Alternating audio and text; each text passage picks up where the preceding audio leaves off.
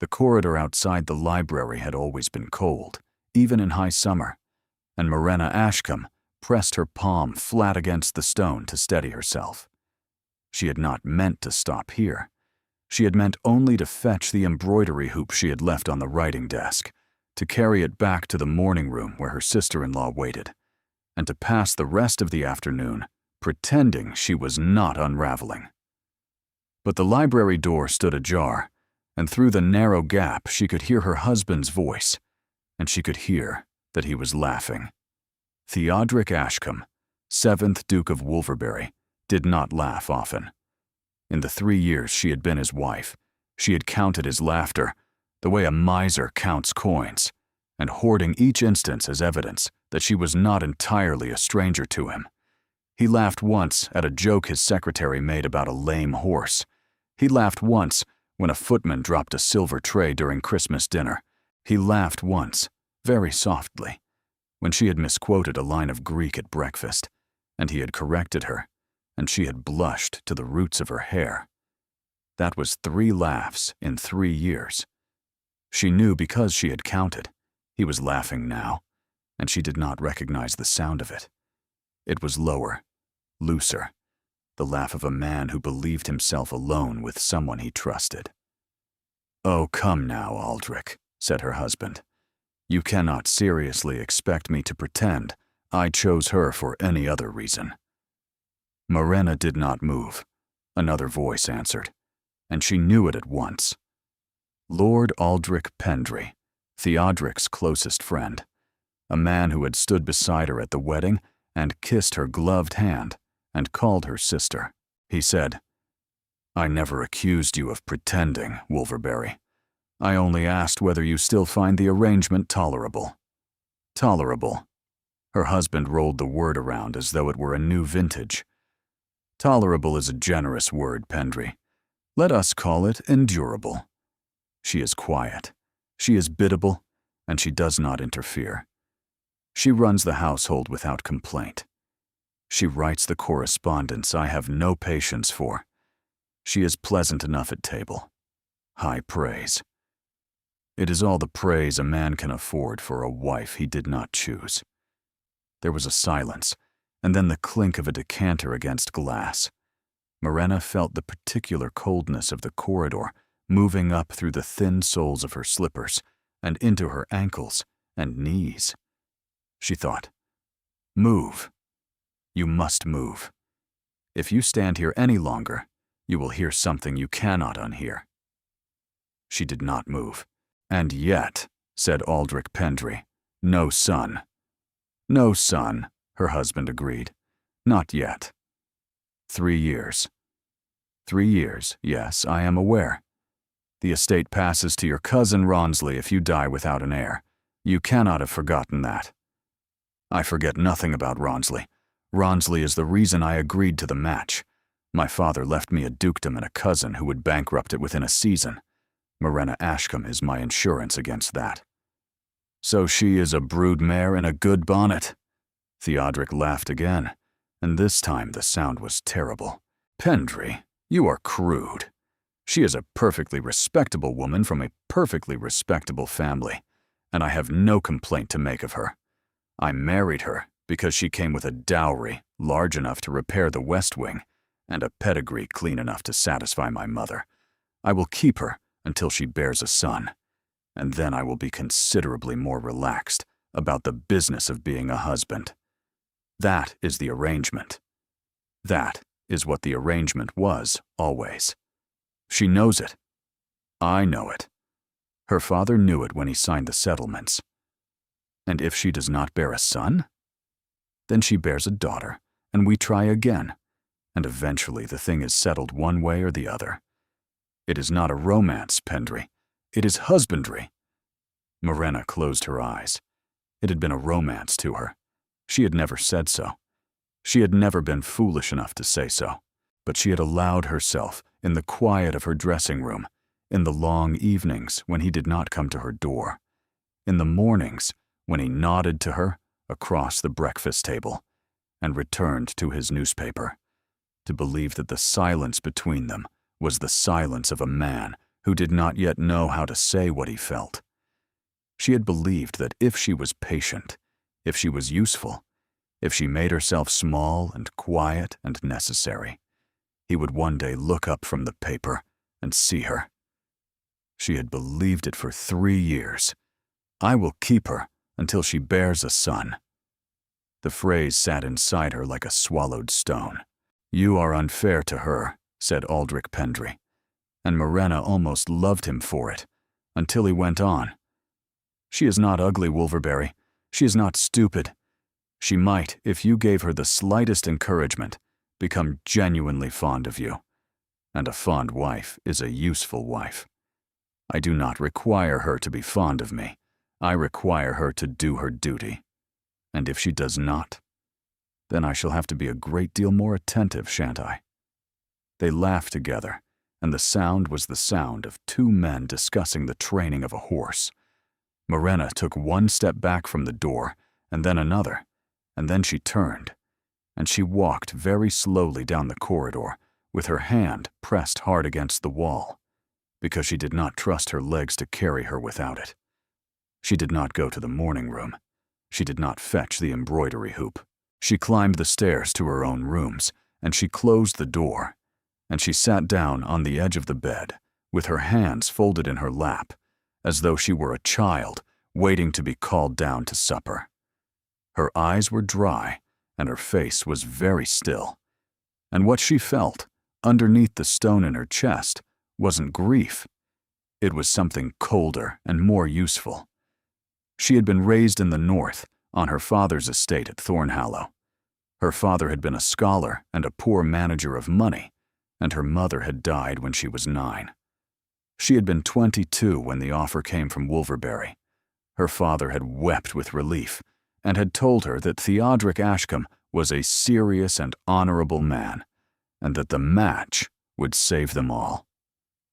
She had not loved her husband on their wedding day. She had not expected to, but she had decided, walking up the aisle of the chapel at Wolverberry Court, that she would try. That was the promise she had made to herself, not to be loved, only to try. She had tried for 3 years.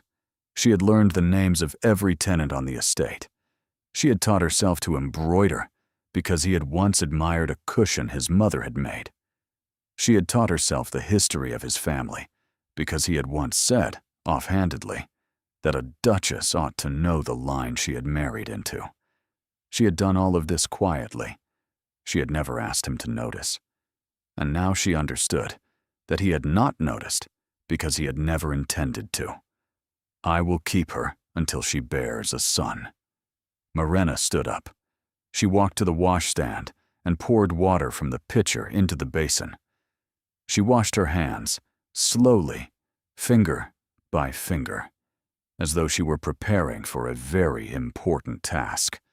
She looked at her own face in the small oval mirror above the washstand, and she saw a young woman of 25, pale and brown-haired and unremarkable, with gray eyes that her father had once called kind.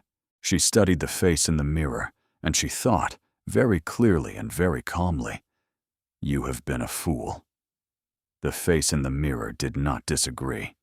She pinned a loose curl back into place. She smoothed the front of her gown. She turned from the mirror, and she walked to her writing desk, and she sat down, and she picked up her pen, and she did not write anything for a long moment. Then she set the pen down. She did not know yet what she was going to do. She knew only that the woman who had walked up the corridor an hour ago was gone, and the woman who had walked back down was not going to bear anyone a son until she understood what she was going to do with the rest of her life. A knock came at the door.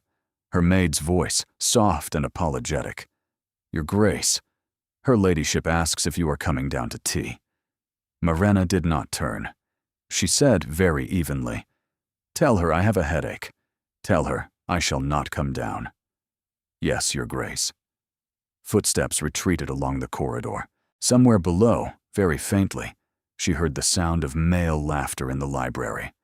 She heard it as though it were coming from underwater, and she heard it very clearly. She picked up her pen again. She still did not write. But she had begun to think. She did not come down to supper either. The maid came again at 7 to ask whether her grace would like a tray, and Morena said yes. And when the tray arrived, she ate half a piece of bread and drank 2 cups of tea and left the rest. She sat by the window with the curtains drawn back and watched the long summer twilight settle across the park, the slow fade from gold to rose to lavender, to the particular gray-blue that always made her think of her mother's best silk. She did not think about her husband. That was the first discipline she set for herself. She had spent 3 years thinking about her husband, wondering what he wanted for breakfast, wondering whether the letter she had sent to his mother had struck the right tone, wondering whether she ought to wear the pearl earrings or the garnet ones. Every thought she had possessed for 3 years had been bent, in some small way, toward the question of how to be a better duchess for Theodoric Ashcombe. She was finished with that question. What she thought about instead was herself. She thought about the girl she had been at 16, before her mother died, before the money ran out, before her father's library had to be sold piece by piece to pay the grocer. That girl had wanted to study Greek. That girl had wanted to travel to Rome. That girl had kept a notebook of observations about the birds that nested in the hawthorn hedge at Thornhallow, and she had planned, in a private and serious way, to write a natural history of the Yorkshire moors when she grew up. Morena had not thought about that notebook in years. She did not know where it was. She suspected it had been left behind when she packed for Wolverbury, abandoned in a drawer with her other childish things. She thought, I would like to find it again. It was such a small thought and so foolish that she almost laughed. But she did not laugh, because she was afraid that if she began to laugh, she would not stop, and she did not want the maid to hear. The clock in the corridor struck 10. She heard her husband's tread on the stair, slow and deliberate, and she heard it pass her door without pausing, and she heard his door shut. He had not come to her door in 11 nights. She had been counting that, too. She rose from the window and went to her desk and lit the candles, and she took out her pen, and this time she began to write. She wrote to her father. She wrote to ask after his health, and the new curate, and the progress of his book on the Latin poets. At the very end, in a postscript, she wrote, Papa, do you happen to know what became of the old green notebook I kept as a girl? The one with the drawings of the hawthorn birds. I find myself wanting it rather suddenly. She sealed the letter. She set it on the tray for the morning post. She sat for a long time looking at the flame of the candle.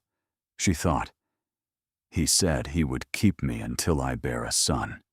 She thought, what if I do not bear him one? The thought arrived quietly, and once it had arrived, she could not make it leave. She had spent 3 years trying to conceive.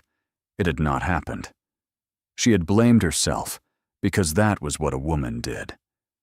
She had consulted an elderly physician in Harrogate, who had told her gravely that the womb was a delicate instrument, and that a lady of nervous temperament sometimes failed to quicken.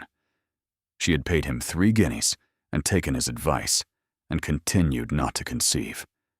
But perhaps, she thought now, the failure was not hers, or perhaps the failure was hers, and that was the point. She did not need to know. What she needed, she understood suddenly, was time. Time in which she wasn't trying. Time in which she was simply herself, whoever that was. The next morning she came down to breakfast at the usual hour. She wore her blue muslin. She greeted her husband with the small, polite smile she had greeted him with every morning for 3 years, and she answered his inquiry about her headache with a quiet, quite recovered, I thank you. And she saw, because she was watching him now, the way a hunter watches the tree line, that he did not look at her. He had never looked at her. She saw this clearly now. For 3 years he had been addressing the space where she sat, and she had been addressing him, and she had mistaken the arrangement for a marriage because she had not known what marriages were supposed to look like. And in the privacy of her own mind, in the small and newly quiet room of her own attention, Morena Ashcombe began, for the first time in her life, to plan. Lord Aldrich Pendry's sister arrived on Thursday in a traveling carriage of such determined newness that the varnish still smelled of the workshop. Her name was Lady Corisande Pendry. She was 23 years old. She had been the toast of 2 London seasons, and she crossed the threshold of Wolverbury Court as though she had been born there and were returning after a regrettable absence. Morena met her in the hall. She wore her second-best day dress, the pale gray with the dove-colored ribbon, because she had decided that morning that she would begin, in very small ways, to dress for herself rather than for her husband's approval. The gray was not a color Theodoric liked. He had said so once in passing, and she had put it away. She had taken it out again that morning and laid it on the bed and looked at it for a long time before she rang for the maid. "Duchess," said Lady Corisande, dropping the smallest permissible curtsy, "how charming to meet you at last. Aldrich speaks of you so often I feel I know you already." "You are very welcome," said Morena.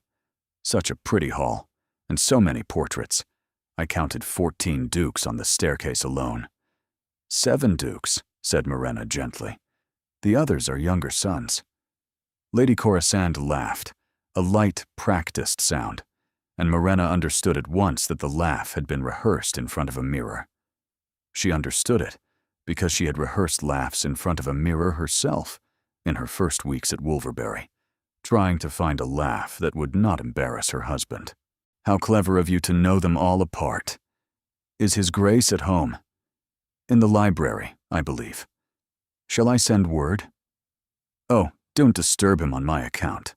I shall see him at dinner. Aldrich told me you preferred the country. I think that shows great wisdom in a young wife." The young slid in very neatly, like a knife between 2 ribs. Morena smiled as though she had not felt it. "Supper is at 7.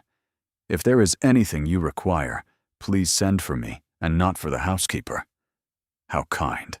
Aldrich did tell me you were kind." She swept up the staircase in a cloud of traveling dust and French perfume, and Morena stood in the hall watching her go, and she thought, with a clarity that surprised her, "He means to marry her. Not now. In 2 years. In 3.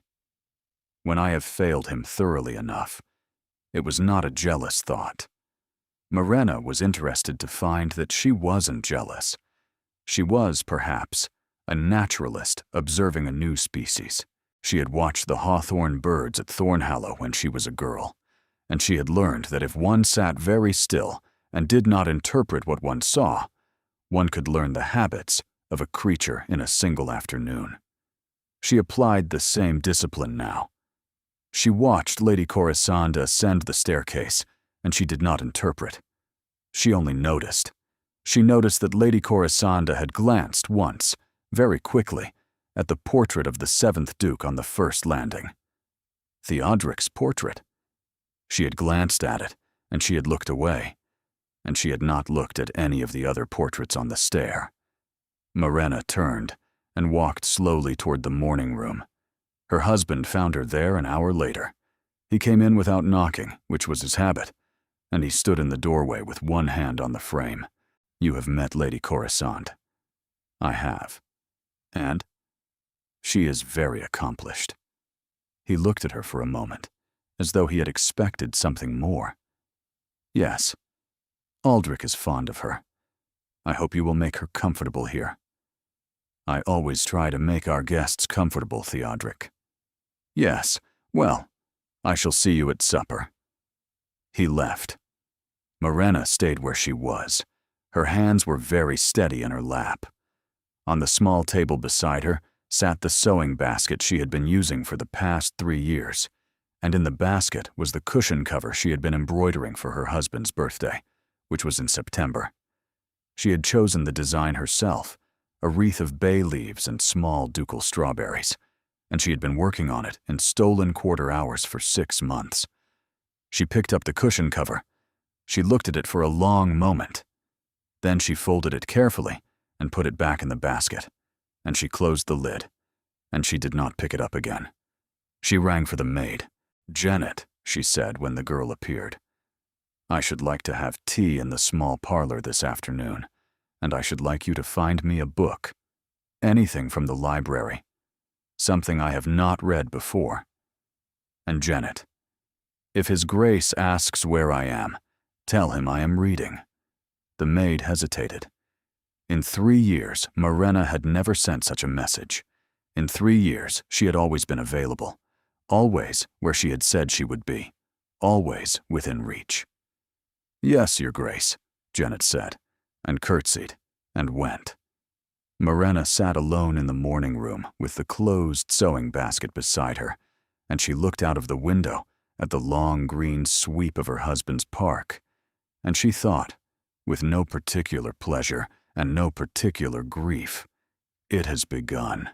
She did not yet know what it was. She knew only that somewhere in the next weeks or months a door would open, and she intended to be the one standing closest to it when it did. The rain began on Saturday morning and did not stop for 3 days. It was the sort of rain that flattened the late roses in the garden and turned the drive to a brown ribbon and made the servants ill-tempered in the kitchens. It kept the house party indoors. Lord Aldrich Pendry played billiards with the Duke in the long gallery. Lady Corisanda Pendry read aloud from a book of sermons in the drawing room, in a voice calibrated for an audience twice the size of the one she had. Morena sat near the window with her own book open in her lap and did not turn the pages. She had chosen the book from the library shelf nearest the door. It was a treatise on crop rotation by a gentleman farmer in Norfolk. The gentleman farmer wrote with the patient authority of a man who had spent 40 years watching barley grow. She read 3 pages and understood less than half of what she read, and she found that she did not mind. "Morena," said her husband, who had entered the drawing room without her noticing, "you are reading a treatise on turnips. On the rotation of crops, Theodoric, which, in this particular volume, concerns itself almost entirely with turnips. Then I shall become an expert on turnips." He looked at her for a moment, with something that was not quite surprise and not quite amusement. It was the closest thing to direct attention she had received from him in a year. She turned another page of the book, very deliberately, and did not look up. "Lady Corisanda has asked if we might get up a game of whist this evening," he said. "Will you play?" "Of course." He left the room. Lady Corisanda, who had observed the exchange from the other end of the drawing room without appearing to observe it, set her sermon book aside and drifted toward the window. "Such an unusual choice of reading, Duchess. I confess I could not have managed it. Do tell me, how did His Grace choose you?" It was the sort of question that could only be asked by a woman who already believed she knew the answer. Morena closed her book, keeping her thumb between the pages. "My father and his father were at Cambridge together." "Oh, how charming. A family arrangement. And His Grace simply accepted his father's choice? How dutiful of him. I should want a husband who chose me for myself." Morena smiled. It was a small, pleasant smile that had cost her 3 years to learn. "You have not met such a husband?" "Not yet. But I am told they exist. How fortunate for you. I hope you find one." Lady Corisande's smile faltered by perhaps a degree and recovered. "You are teasing me, Duchess." "I would not dream of teasing a guest. Do you play whist well?" "Indifferently. His Grace is an excellent player. I shall partner Lord Aldrich. But surely a wife must partner her husband at whist." "Must she? It is what is done." "Then let us do something else," said Morena, and opened her book again.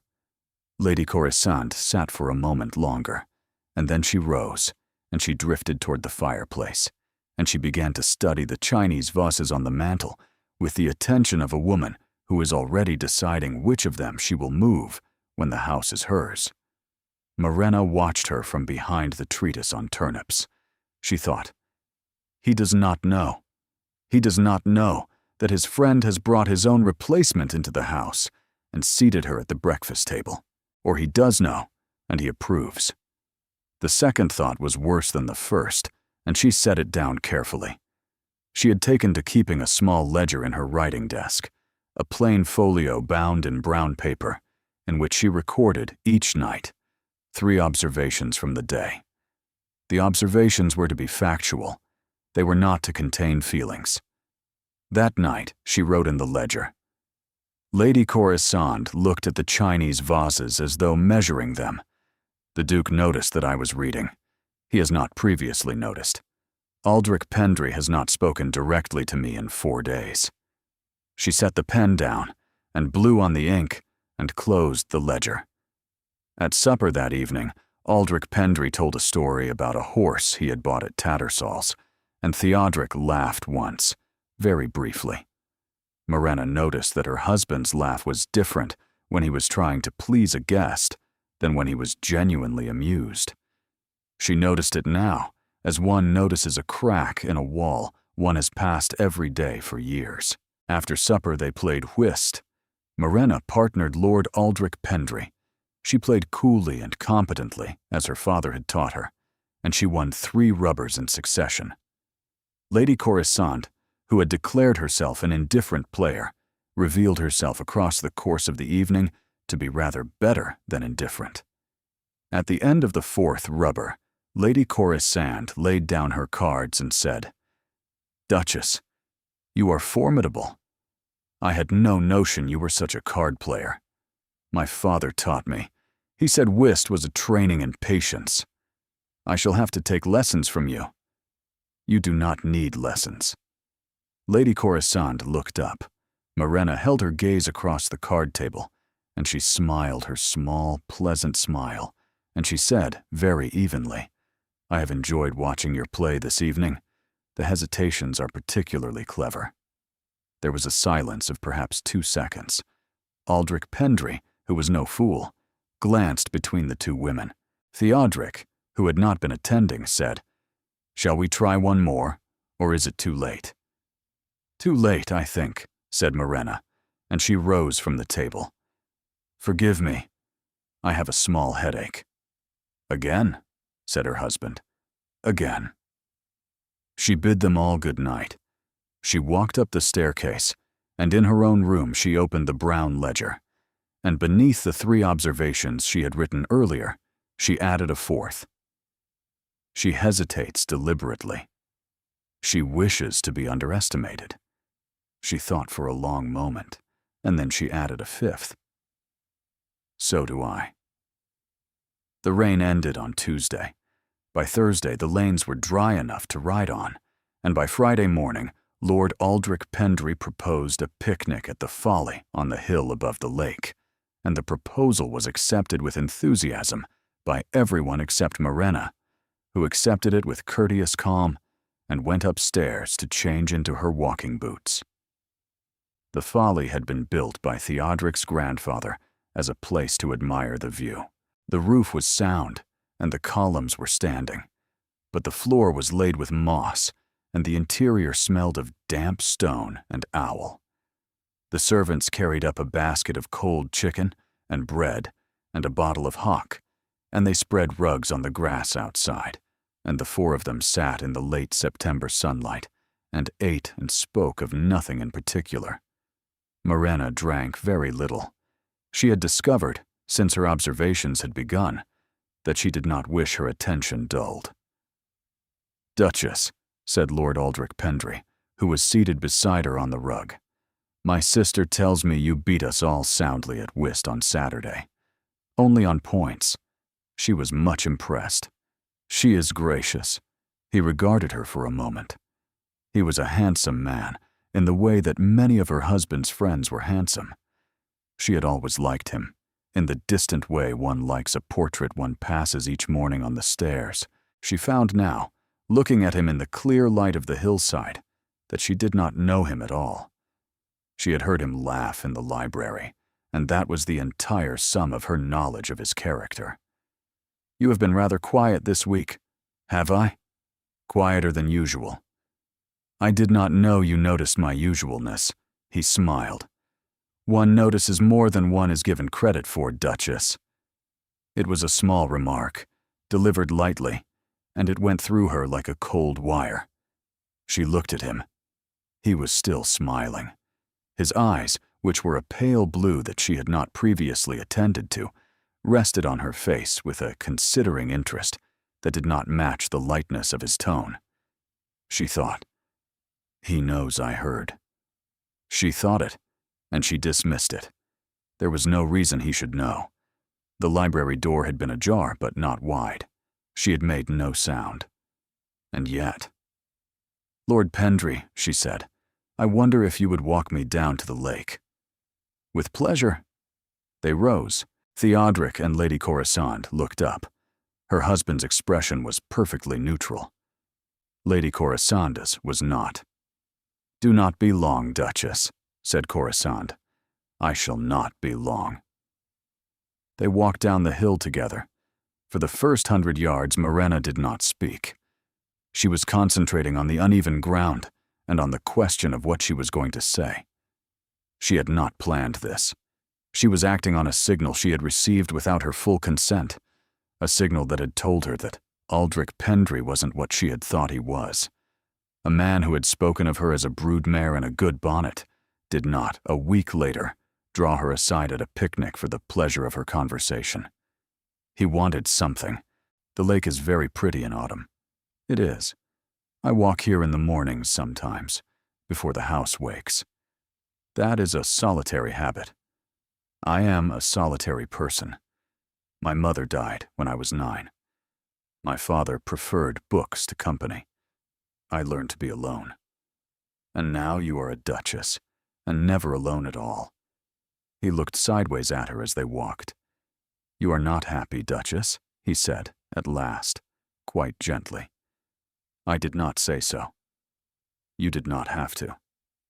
She did not answer. They had reached the edge of the lake, where a low stone bench had been placed for the convenience of walkers, and she sat down on it. "Lord Pendry, why did you bring your sister to this house?" He turned. For a moment he did not speak. Then he said, carefully, "She has not been to the country in some months. I thought the change would do her good." That is not an answer. It is the answer I am prepared to give at present. Then let me ask you differently. Do you intend your sister to be the next Duchess of Wolverberry? His face changed. It was a small change. If she had not been watching for it, she would not have seen it.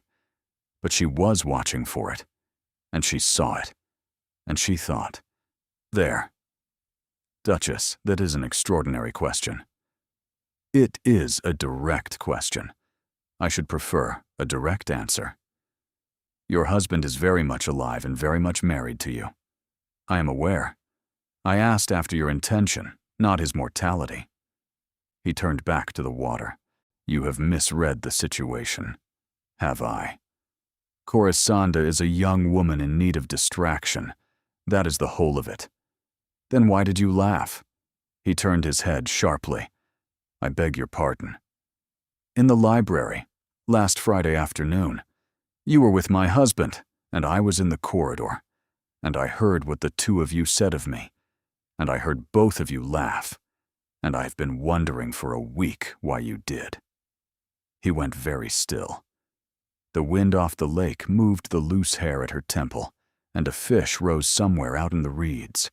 Aldrich Pendry did not speak for what felt, to Morena, like a long time. How much did you hear? All of it, from the brood mare onward. God, do not pray at me, Lord Pendry. Does he know? That I heard? He does not. And you have not told him? No. Why not? She looked up at him from the bench. He had come a step closer without meaning to. She understood, with a calm that astonished her, that he was not frightened of her husband's finding out. He was frightened of her. Because I am still deciding what I am going to do. He sat down on the bench beside her, uninvited. Duchess, what I said in the library was crude, and I regret it. I was not serious. Your husband was not serious. Men speak to one another in such ways when they are comfortable, and they have drunk too much too early. You wish to say that it meant nothing? Yes, it meant something to me. He was silent. Tell me about your sister. Tell me what you hope for her. A good marriage? To a man of title? To my husband, if I were out of the way? Is that not the arrangement you came to discuss with him? An understanding, for 2 years hence, if the heir is still not forthcoming. He did not answer. She had been guessing, and she saw from his face that her guesses had landed. She stood up. I have taken too much of your time, Lord Pendry. I shall walk back alone. Please. He was still sitting on the bench with his elbows on his knees, and he looked, for the first time since she had known him, ashamed. Do not tell him. Not yet. Why not? Because I don't think it would go the way you imagine. And how do I imagine it? You imagine he would be sorry. She stood very still. She had not imagined that. She had not allowed herself to imagine anything about what her husband would feel. Good day, Lord Pendry. She walked back up the hill alone. Halfway up, she met her husband coming down to find her, and he said, You were a long time. And she said, The path was steeper than I remembered. And he did not look at her with any particular attention as they climbed back to the folly together, and the sun was beginning to set over the lake, and Morena Ashcombe thought, He is frightened of me. That is the first piece of ground I have ever stood on in this house. She did not sleep that night. She lay in the great curtained bed, listening to the old timbers of the house settle around her, and she turned the afternoon over in her mind. You imagine he would be sorry. She had not expected the sentence. The clock in the corridor struck 2. She rose, put on her wrapper, lit a fresh candle from the stub of the old, and crossed the room to her writing desk. What she wrote, after a long while, was a single sentence on a loose sheet of paper. What if he would be sorry? She looked at it. She did not like it. She held it in the flame of the candle until it caught, and she dropped the burning scrap into the empty grate, and she watched it blacken and curl and fall to ash. Then she went back to bed. She did not fall asleep until the gray light had begun to lift behind the curtains, and she was woken an hour later by a hammering on her door. Your Grace. His Grace sends to say the carriage has returned. What carriage? The Pendry carriage. Lord Pendry has gone. Before breakfast. He took his sister with him. To London, Your Grace. Lord Pendry left his compliments and his regrets, and his sister was weeping in the hall. Morena sat up. She dressed without ringing for Janet to help her, because her hands were unsteady, and she did not wish the girl to see them. She went down the stairs in her second-best day dress, with her hair only half-pinned, and she found her husband in the breakfast room, alone, reading a letter. He looked up when she came in. He looked at her with an attention so entirely new that she did not at first recognize it as his. It was a narrow, steady, careful look, and it traveled across her face as though he were reading her. Morena. Theodoric. Sit down. She sat. He set the letter aside. Her husband folded his hands on the tablecloth. What did you say to him? At the lake. Yesterday. I asked him a question. What question? Whether he intended his sister to be the next Duchess of Wolverbury. A muscle moved in his jaw. The footman, who had been standing by the sideboard, read the room correctly and withdrew through the servants' door. They were alone. Morena. What prompted that question? His behavior. His sister's behavior. The way she looked at the Chinese vases. And from the library. His face did not change. It went, instead, extremely blank. The library. Last Friday afternoon, I came to fetch my embroidery hoop. The door was ajar.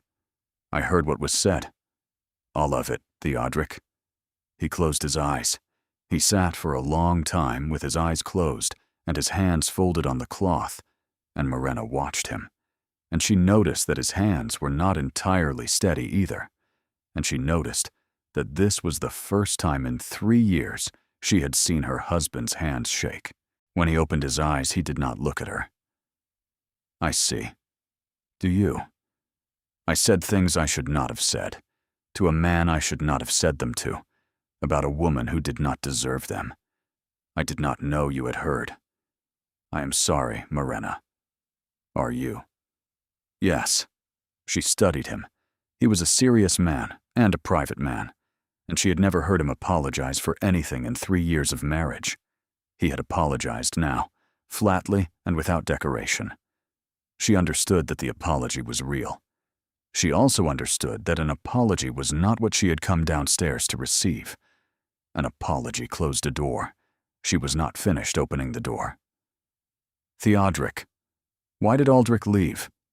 He picked up the letter. He held it out to her. She took it. She read it. Wolverberry. I have discharged my errand here as far as I am able, and I find I am not suited to continue it. My sister and I will remove to London within the hour. I have presumed upon your hospitality long enough, with apologies and continued friendship, Pendry. What errand? Was he here to propose an arrangement to you, for 2 years hence? An understanding, in the event that I continued not to provide what was required? He did not answer. She folded the letter and put it down on the cloth. I should like a truthful answer. Morena, I would not have. Not yet, you mean? Not ever. You have just told me you said in the library what you would not have said in any other room. Forgive me if I do not entirely believe not ever. He looked at her then, directly. For the first time in the conversation, and perhaps the first time in their marriage. I was a fool. I have been a fool for 3 years. I did not know you heard anything. I thought I had 3 years more of behaving as I have behaved. And then, I do not know. I did not plan that far. I was not a man who planned that far in regard to you. Why did you marry me? For the reasons I stated in the library, and for no other reason. He was silent for a long moment. Then he said, at the time, for no other reason. And now? He did not answer. She waited. He did not answer. She stood up. I am going for a walk, Theodric. Do not send anyone after me.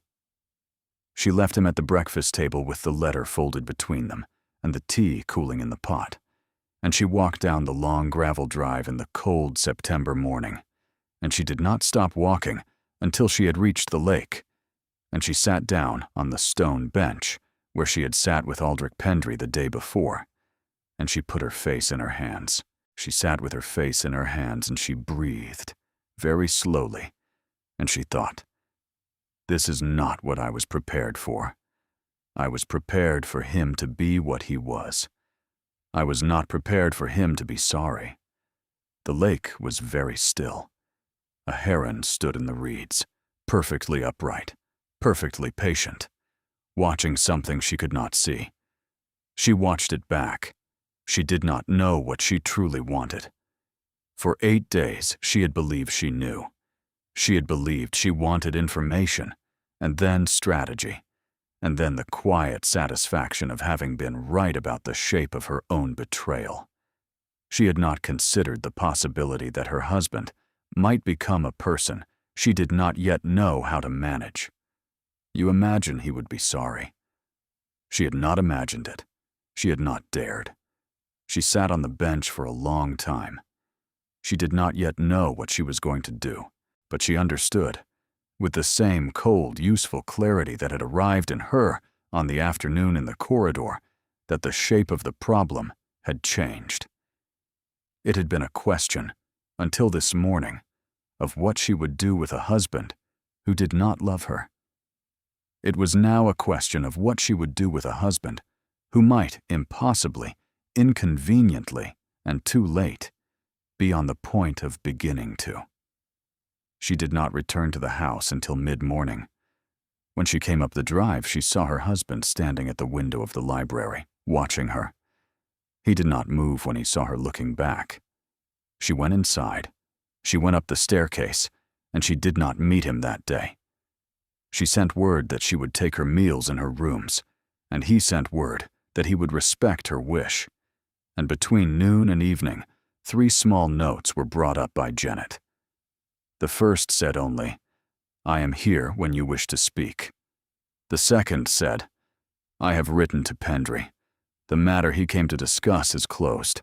The third said, "There was never an arrangement. There was only a conversation. I did not know at the time that the distinction would matter. I know it now." She kept the third note. She burned the other 2. She spent the afternoon at her writing desk. She drew on a blank page the outline of a heron standing in reeds. The heron was not a good heron. She looked at it for a long time anyway.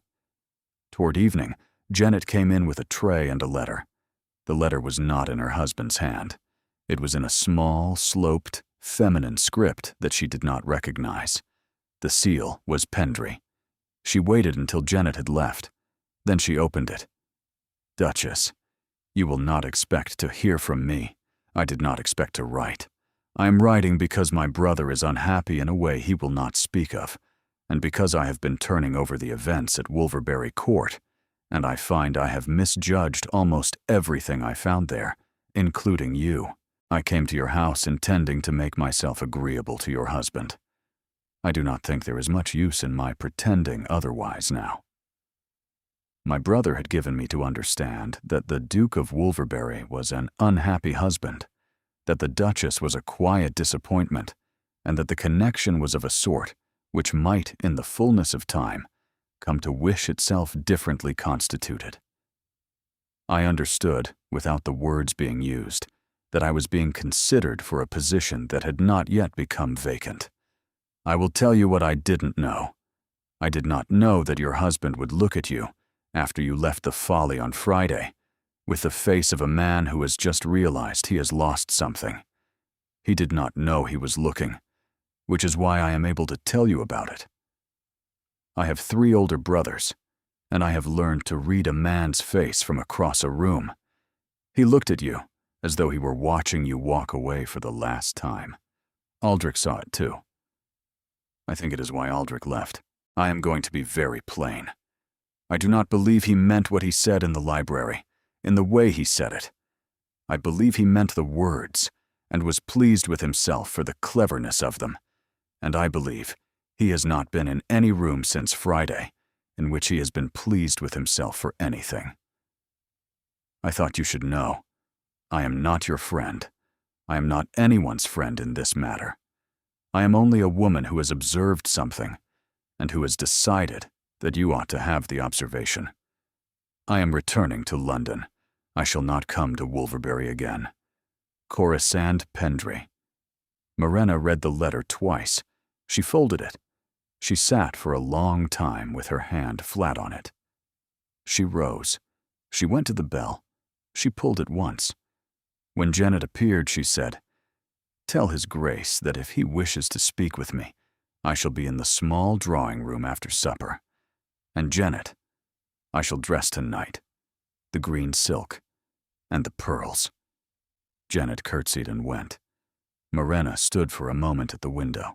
Somewhere on the London road, at this hour, a traveling carriage was carrying Lady Corisande Pendry back to a life in which the Duchess of Wolverbury was a stranger she had met once and corrected herself about. Morena thought, "She did me a kindness. I shall not forget it." She turned from the window, and she began, for the first time in a week, to prepare. She came down at 9. She had dressed with care. The green silk was 3 years old, and it still fit, and the pearls had been her grandmother's. Her husband was in the small drawing room. He rose when she entered. He had also dressed. He had not been required to, and he had done it. "Morena." "Theodric, will you sit?" "Not yet." She stayed standing. He stayed standing. The room was warm from the fire and very quiet. "I have received a letter from Lady Corisande Pendry. She wrote to tell me that she had misjudged the situation here. She wrote to tell me, as plainly as she could, that she was going back to London and would not return." "May I ask what she said?" "You may not." He nodded once. He accepted it. "Theodric, I am going to ask you 3 questions. I should like you to answer them honestly, because I shall know if you do not." "Ask." "Did you know, when Pendry came to stay, that he was bringing his sister with the hope that you would consider her in my place?" "I knew he had hopes. I did not know he had plans." "Did you encourage the hope?" "I did not discourage it. That is the most honest answer I have. I did speak to him, more than once, of the failure of the succession, and of my concern about my cousin Rawnsley. I did laugh at jokes I should not have laughed at. I encouraged it, Morena, by not refusing it. That is the truth. And my 3rd question. If I had borne you a son 3 years ago, would we be standing in this room, having this conversation?" He did not answer at once. He walked slowly to the fire, and he stood with his back to her, with one hand resting on the mantel. "No," he said eventually. "We would not." "Thank you." He turned. His face was hard in a way she had never seen. It was not hard with anger. It was hard with something she did not yet have a word for. "Morena, may I ask you something now? What do you want?" She had expected the question. "I want a year," she said. He looked at her. "A year. A year in which I am not required to provide an heir. A year in which you will not come to my room. A year in which we live in this house as 2 people who are learning one another from the beginning. A year in which I am permitted to read what I wish to read and walk where I wish to walk. At the end of it, if I wish to leave this marriage, I shall leave it. If I wish to remain, I shall remain, and we shall speak again about what remaining is to mean." He was silent for a long moment. "A year?" "Yes. And my cousin, and the succession. You are asking me to set all of that aside for a year?" "Yes." "Why?" "Because I was brought into this house as an instrument, Theodric, and an instrument is not what I am going to be for the rest of my life. If at the end of the year I decide to give you what you married me for, I shall give it freely, and not because it was a condition of my being kept. If at the end of the year I decide to give you nothing, I shall give you nothing, and I shall leave this house. And you may marry Lady Corisande or some other young woman with a clean pedigree, and I wish you well of it." He stared at her. "Morena, those are my terms. Morena, you are my wife. I am aware. I cannot simply. You can. You can agree, or you can refuse. If you refuse, I shall leave tomorrow for my father's house at Thornhallow. You will lose nothing but the appearance of a wife. You have had little more than that from me as it is." His hand on the mantel had gone white at the knuckles. "And if I agree, then we begin tomorrow. Separate rooms, separate hours, courteous in company, honest in private. You will, for 1 year, regard me as a person to whom you happen to be married, and we shall discover whether there is anything between those 2 descriptions that we wish to keep." He did not answer. The clock on the mantel struck the half-hour. "I need," he said at last, "to sit down." Sit. He sat. He put his elbows on his knees. He pressed his palms together. I was raised by a father who spoke to my mother once a day at dinner. I was raised to believe that a marriage was a contract, kept in good faith by two parties who did not trouble one another unduly. I married you because my father died and left me a house I could not afford and a cousin I could not stomach. And your father's name was clean and your dowry was large. I did not look at you, Morena.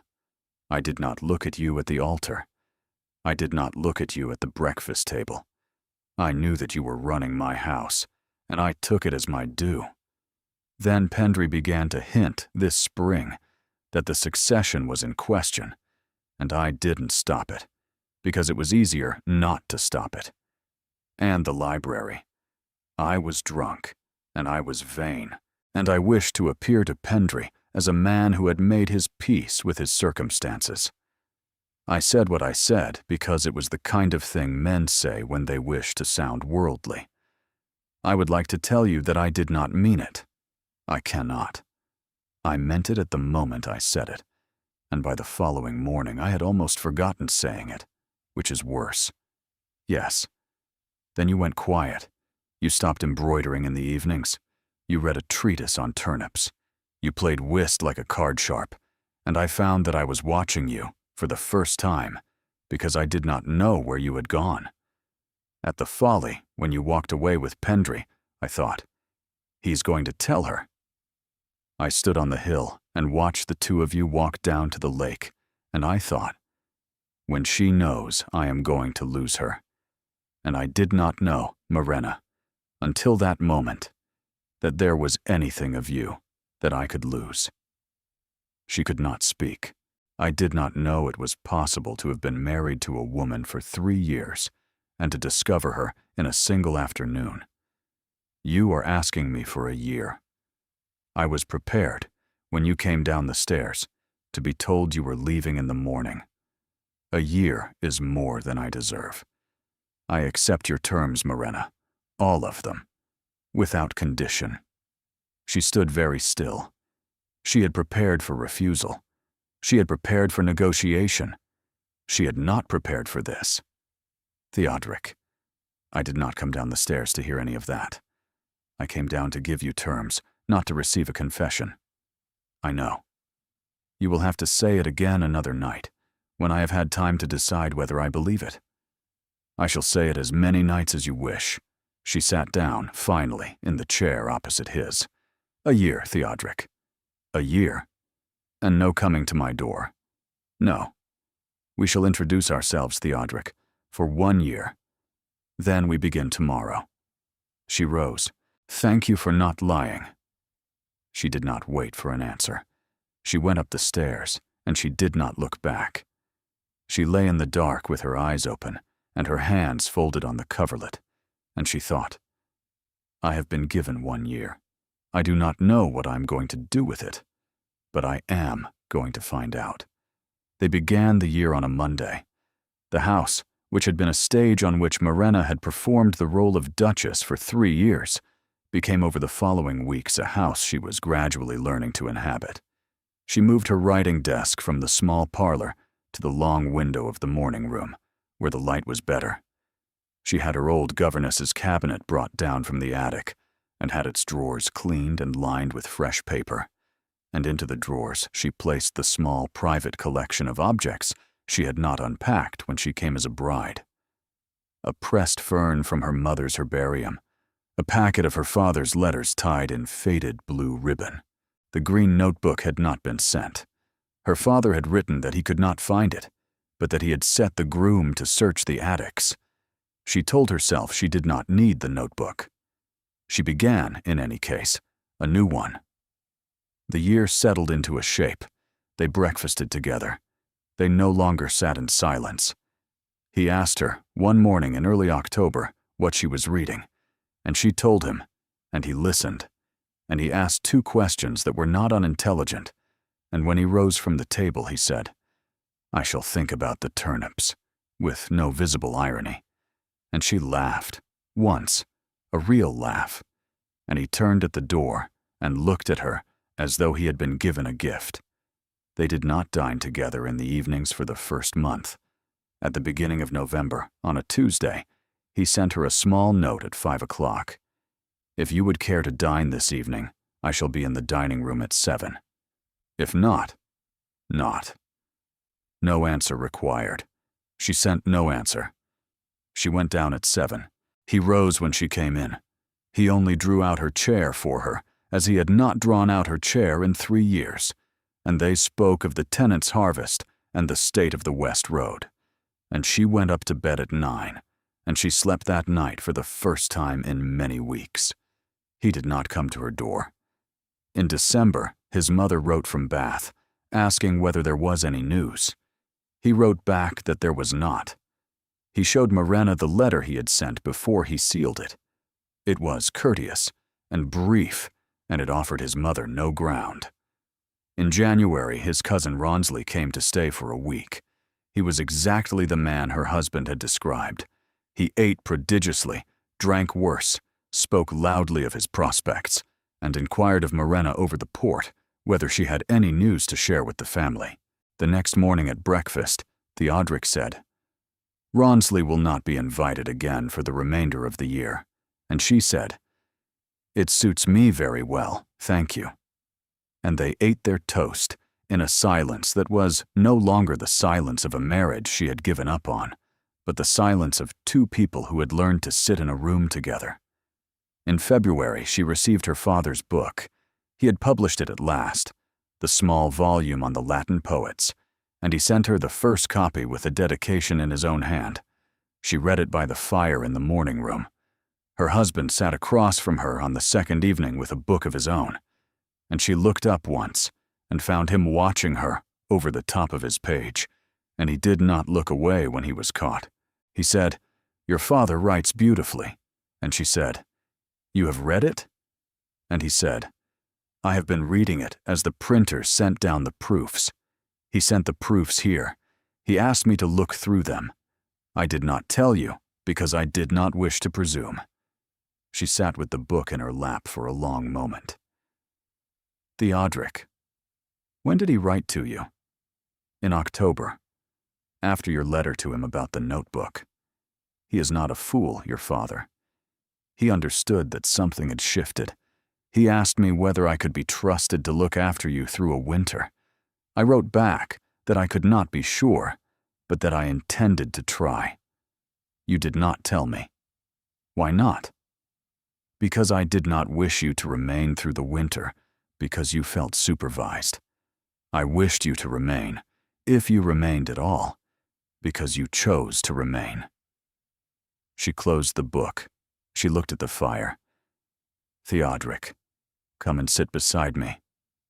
He came. He did not touch her. He sat on the sofa at a courteous distance, with one hand on his knee, and he waited. She said, "I do not know yet whether I shall stay. I know. I am telling you because the year will end in August, and I do not want you to come to the end of it, believing I have decided, when I have not. Morena, may I tell you something that is not a request? Yes. I should like you to stay. I do not say this to pressure you. I say it because you asked me in September to say such things as I felt, and I have been trying to say them. If you do not, I shall understand. But I should like you to stay." She did not answer. She sat with the book in her lap and his hand, not quite touching hers, very still on his knee beside her, and she looked at the fire for a long time, and she did not give him an answer, and he did not ask her for one. In March, the green notebook arrived from Thornhallow. Her father had found it, at last, in a trunk in the attic, and he sent it by the post with a note that said only, "Yours, dear one." As ever. She opened it in her morning room with the door shut, and she turned the pages slowly. Her own child's handwriting looked up at her, the hawthorn birds she had drawn at 12. Then she went to find her husband. He was in the library. The door was open this time. She stood on the threshold for a moment, because she had not crossed that threshold since the September afternoon, and he looked up from his desk and saw her there, and he understood what it had cost her to come to the door, and he did not make her ask. "Come in, Morena." She came in.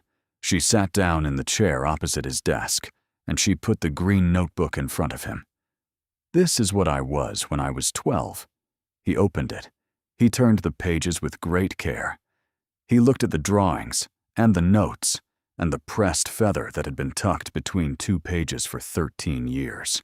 When he had read to the end, he closed the notebook, and he set his hand flat on its cover. "Would you like to make a new one? This year, of the birds here. The park at Wolverberry has better hawthorn than Thornhallow. I have always thought so.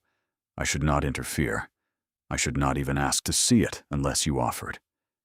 Theodric, I am going to stay." He did not move.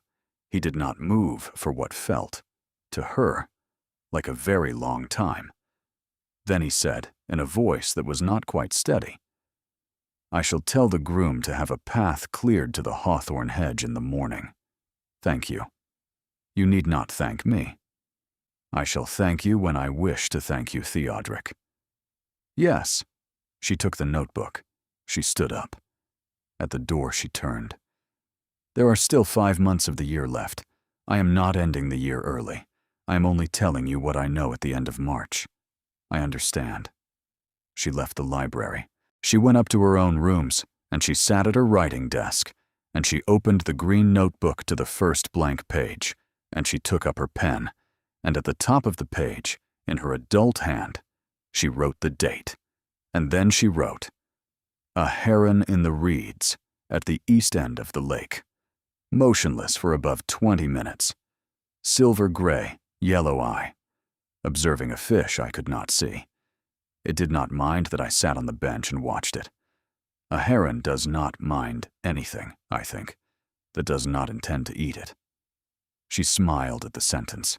She had not written a sentence of her own, in her own hand, for herself, in 3 years. She turned the page. The scandal came in April. It came by way of a newspaper, as such things often do, and it came from London. On the 14th of April, a paragraph appeared in one of the middle-grade papers, under the heading, "Society Notes." It did not name anyone outright. It referred to a certain Duke of W. and his friend Lord P., and a remarkable conversation said to have taken place in the library of a great northern house. The paragraph was short. It was also unmistakable to anyone who had been in town the previous summer. It said, in substance, that the Duke of Wolverberry had been overheard speaking of his wife as a broodmare, that Lord Pendry had introduced his sister into the house with a view to an eventual replacement, and that the Duchess had discovered the conspiracy and was now living separately from her husband in the north.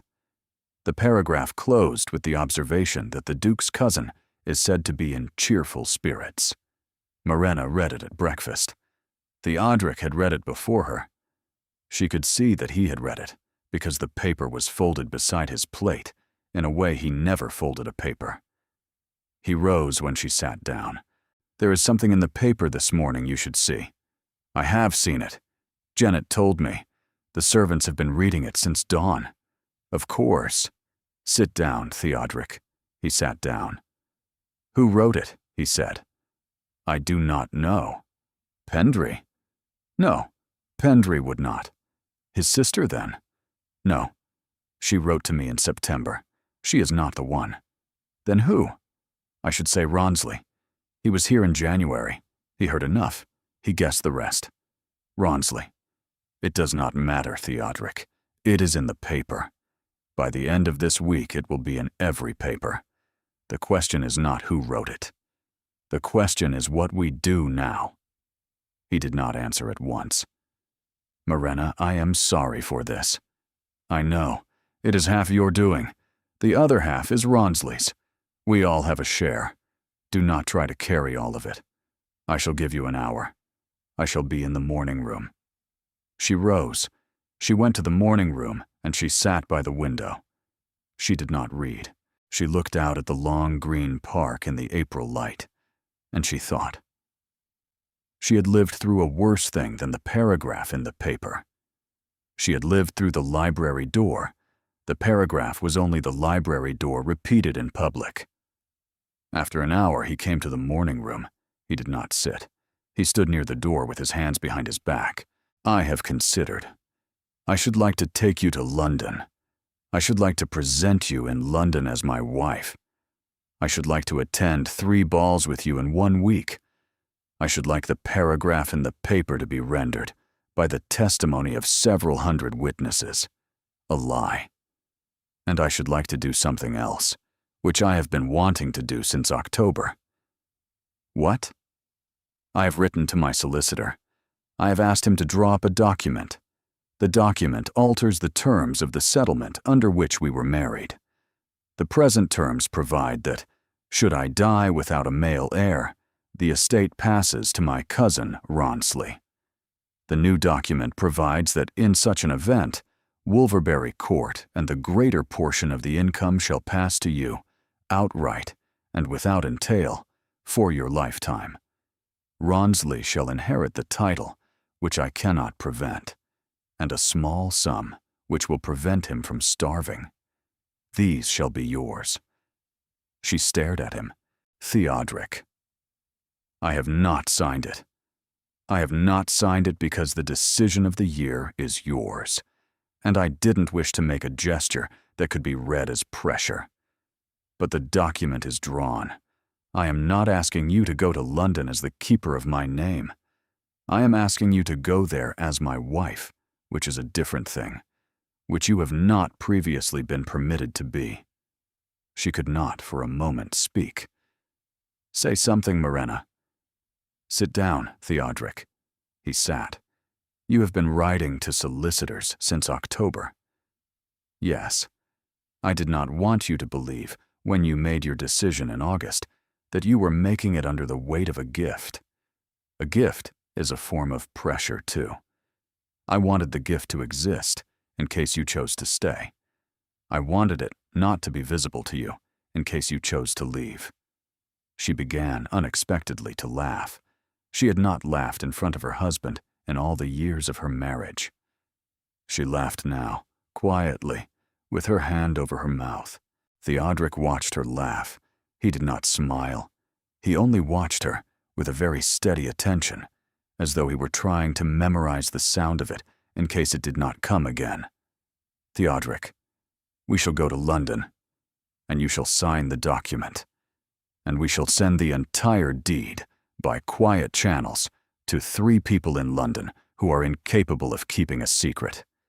That will accomplish the purpose, and it will not put your solicitor's name in print. Morena, who taught you to think like that? You did, Theodoric, in the last 7 months, not by instruction, by example. He was silent. We shall leave on Monday, and Theodoric, at some point in London, you are going to have to stand beside me and be asked directly, by some old woman with too much jewelry, whether the story in the paper is true. You will not lie. You will say, there was a conversation my wife overheard, which I regret more than anything I have said in my adult life, and she has forgiven me further than I deserve, and I should prefer to speak of something else. You have thought about this. I've had the time. I shall be upstairs. I have letters to write. She rose and she went to the door. At the door, she turned. Theodoric, I have decided in the last quarter of an hour that I shall stay. I was going to tell you in August. I am telling you in April, because I don't wish to go to London on a false footing. I am not staying because of the document. I am not staying because of the newspaper. I am staying because you wrote to solicitors in October without telling me, and because my father sent the proofs here and you did not speak of it, and because you had a path cleared to the hawthorn hedge in a morning. I am staying because I find that I am married to a different man from the one whose laugh I heard through the library door. They were in London by Tuesday evening. The townhouse in Grosvenor Square had been opened and aired in a single day by a staff expecting them in June. Morena went up to her rooms, bathed, dressed in her dark blue evening gown, and came down to find her husband in the drawing room with 2 newspapers open on the table and a third folded in his hand. 3 of them now, the Chronicle and the Post, and one I do not know the name of. Good. Good. If it had been 1, we could have ignored it. 3 is too many to ignore. It forces us to act. He set the papers aside. There is a ball tomorrow night at Lady Hertringham's. She has renewed the invitation with a private note. She wishes us to come. Lady Hertringham is the worst gossip in London. Yes. Then we shall go. They went. The ballroom at Hertringham House was filled that night with every person in town who had read the paragraph and every person who had been told about it. Morena entered on her husband's arm in her dark blue gown, with her grandmother's pearls at her throat, and she felt the wave of the room's attention move across her, and she did not flinch. Theodric did not let go of her arm. He did not let go of it for the whole of the evening. She had not asked him not to. He simply did not. He stood beside her in the receiving line, and he stood beside her when she was presented to Lady Hertringham, and he stood beside her when the old Duchess of Marlsby came across the room with her stick and her diamonds, and asked, in the voice of a woman who had never been refused an answer in 80 years, "Wolverbury, is the story in the papers true?" The ballroom, without appearing to, went quiet. Theodric answered precisely as Morena had composed his answer for him a week earlier. There was a conversation which my wife overheard. I regret it more than anything I have said in my adult life. She has forgiven me further than I deserve, and I should prefer to speak of something else. The old Duchess looked at him. She looked at Morena. She looked back at him. She said. She turned away, and she walked, slowly, across the ballroom to a knot of her contemporaries, and she spoke to them in a low voice for perhaps a minute, and within 10 minutes, the answer had traveled across the room on the feet of footmen and the fans of dowagers. And by the end of the night, the story had changed in the telling from the Duchess of Wolverbury is living separately from her husband. In the north to the Duke of Wolverbury, disgraced himself in his own library, and his wife has taken him firmly in hand, and he is, by all accounts, deeply sorry. These are different stories. The first destroys a marriage. The second furnishes drawing rooms for a season. Morena understood the difference. So did her husband. At 2 a.m. they came home. He handed her down from the carriage. He walked her up the steps. In the hall, he dismissed the footman. "Will you sit with me for a moment before you go up?" "Yes." They went into the small library at the back of the house. He closed the door. He did not sit. He stood by the fire, and she sat on the small sofa. "Morena, may I say something?" "Yes." "I have been in love with you since the end of October. I did not know it in October. I knew it in January, when Rawnsley was here, and I saw him look at you across the dinner table, and I understood that I would kill him before I let him inherit this house. I did not say it in January because I was afraid. I did not say it in February because I was ashamed. I did not say it in March because you had not yet told me you were staying, and I did not want the saying of it to become a reason you stayed. I did not say it in April because we were fighting a paragraph. I am saying it tonight because I have stood beside you for 4 hours in a ballroom, and I have understood that it would be a cowardice beyond any other cowardice of mine if I didn't say it tonight. I am in love with my wife. I do not know whether she wishes to hear it. I only know that it is true, and that I will not keep it from her another night." She did not move. She did not speak. He understood after a moment. "You do not need to answer, Morena. I did not say it to require an answer. I shall go up." "No," he stopped. "Come and sit." He came. He sat at the far end of the sofa, his hands on his knees, his eyes on the fire. He did not touch her. Theodric, I do not know yet whether I am in love with you. I want to tell you the truth about that. I do not know. I have watched you for 7 months, and I have found a man I respect, and I have found a man I trust, and I have found a man I am beginning to find necessary, which is a separate thing from love, and may not become it. But I will tell you what I know. When you stood beside me in that ballroom tonight, and did not let go of my arm, I felt, for the first time in my life, that I was not alone in a room. I came home with you tonight, and I did not want to go up to my own rooms. I am sitting on this sofa, and you are sitting at the other end of it, and I do not want you to move any further away, and I also do not, yet, want you any nearer. We agreed in September that we would not lie to one another in this marriage, and I do not intend to break that agreement tonight on the matter that matters most. He did not speak. He did not move. Thank you for telling me, he said at last. Thank you for not asking me to say more than I know. I would not. I know. I am only noting it. Morena, shall I go up? She thought about it. Stay a little longer. Only sit. Do not come closer. Only sit. He sat. They did not speak for a long time. She put out her hand along the back of the sofa. She did not look at him. He put his hand out, very slowly, along the back of the sofa as well. Their fingers did not touch. They lay an inch apart on the dark silk of the cushion, and they stayed there, unmoving, until the fire had gone to embers. When she rose first. He rose with her. At the door of the library she turned. Theodric, in August, when the year ends, I shall come to your door. Not before. Do you understand? Yes. Good night. Good night, Morena. She went up. In her own room she took off the pearls and set them in their case, and she sat in her nightdress on the edge of the bed in the firelight, and she thought, he is in love with me. I do not know what I shall do with it. I have 4 months in which to find out. She blew out the candle. The year ended on a Monday in August, and the year did not end at all, because by August, the year had become the shape of their life. She came to his door on the Monday evening. She came in her nightdress and her wrapper, with her hair loose on her shoulders, and she knocked, and he opened the door, and he did not speak.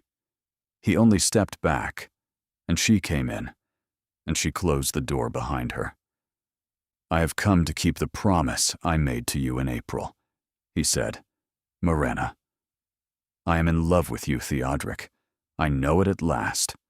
I have known it since June, and I didn't tell you, because I wanted to be sure, and I have been sure for 2 months, and I wanted to come to you on the right night, and the right night was tonight.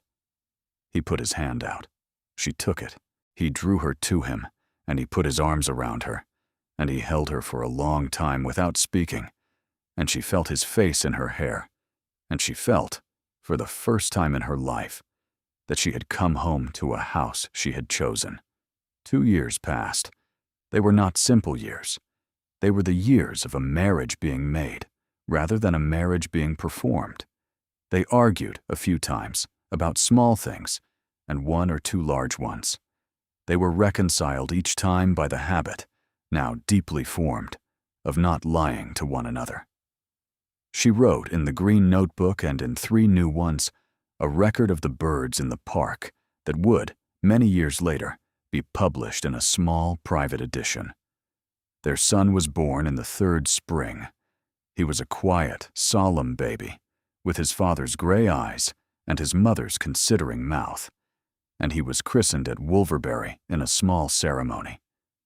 His godmother was Lady Corisande Pendry, who had married, the year before, a widowed baronet in Herefordshire.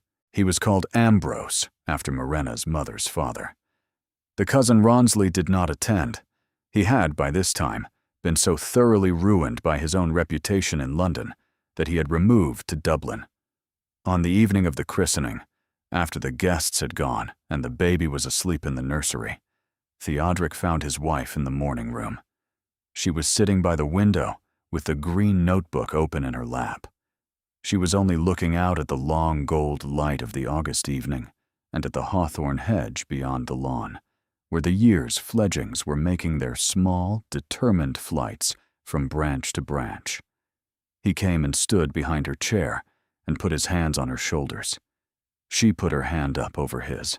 "Theodoric, do you remember the afternoon I came into the library and put the green notebook on your desk? I remember every moment of it. You asked me whether I should like to make a new one, of the birds here. Yes. I have made 4. I know.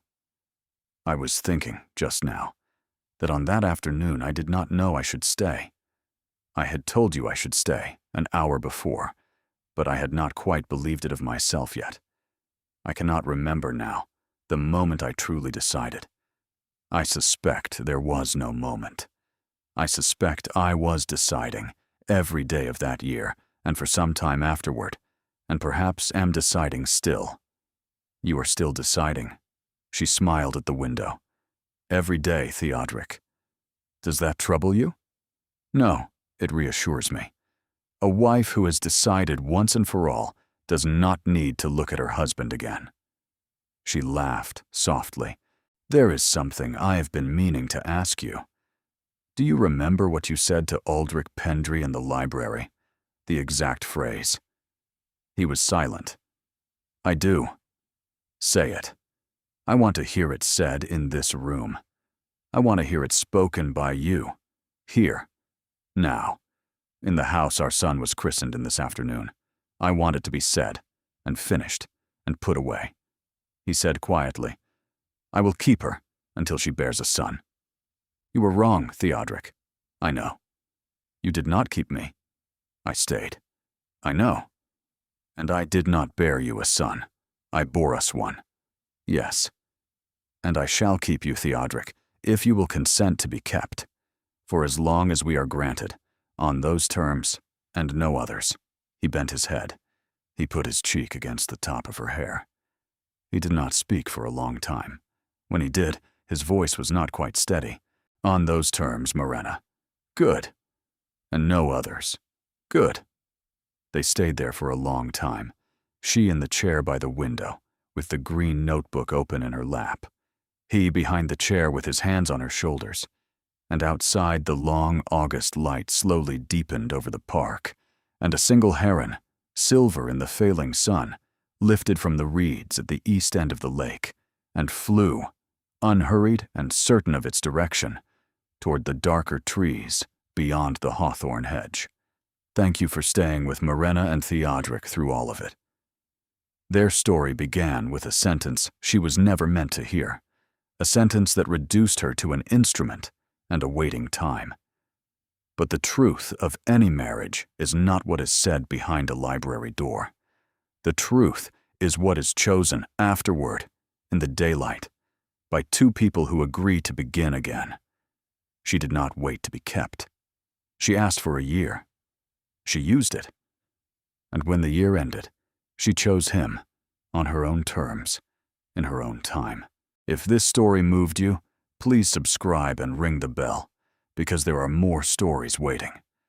More women who overheard what they were never meant to hear. More men who had to earn the right to be heard in return. Thank you for being here. You are the reason these stories exist.